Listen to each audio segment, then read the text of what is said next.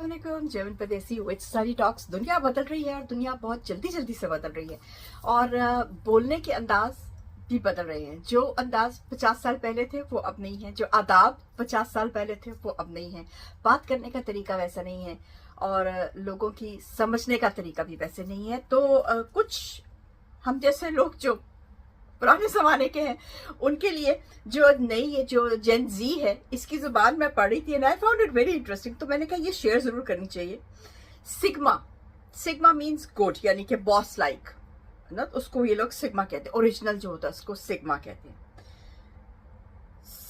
Skibidi, Skibidi का मतलब होता है bad. If something is bad it is they call it, यानी जो क्रिंज होता है, वियर्ड या क्रिंजी जिसको हम कहते हैं, उसको ये स्कीबिडी कहते हैं।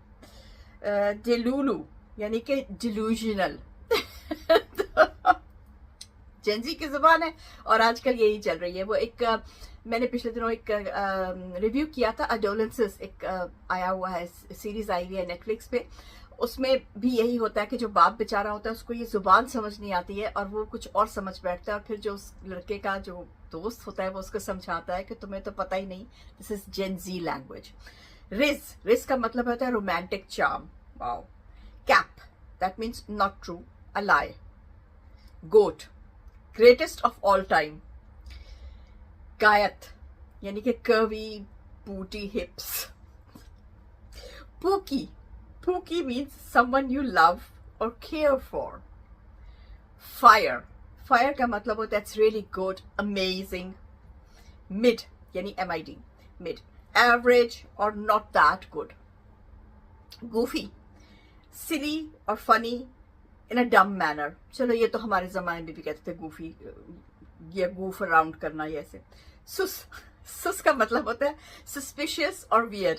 अच्छा मजे की बात पता है क्या, टर्किश जबान में सुस है और सुस का मतलब होता है चुप। जब माएँ जो है वो गुस्से में होती है यहाँ पे, क्योंकि टर्किश लोग बहुत ज्यादा कोई बात होती है सुस, तो सुस का मतलब होता है कि चुप, बट यहाँ पे इसका मतलब है कि सस्पिशियस या वियर्ड।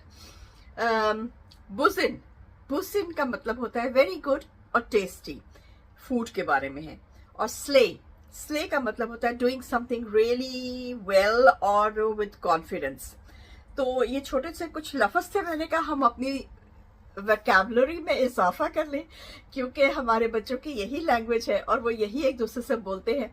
और अगर आपको समझना हो, मैं जब यहाँ आई थी तो मैंने आके जर्मन सीखी थी और मुझे ओरिजिनली मैंने जो बैचलर्स में मैंने साइकोलॉजी में बैचलर किया था और मेरा साथ जो लैंग्वेज थी दैट वाज फ्रेंच।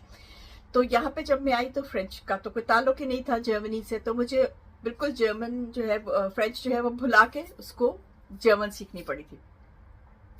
और अब इतने साल बाद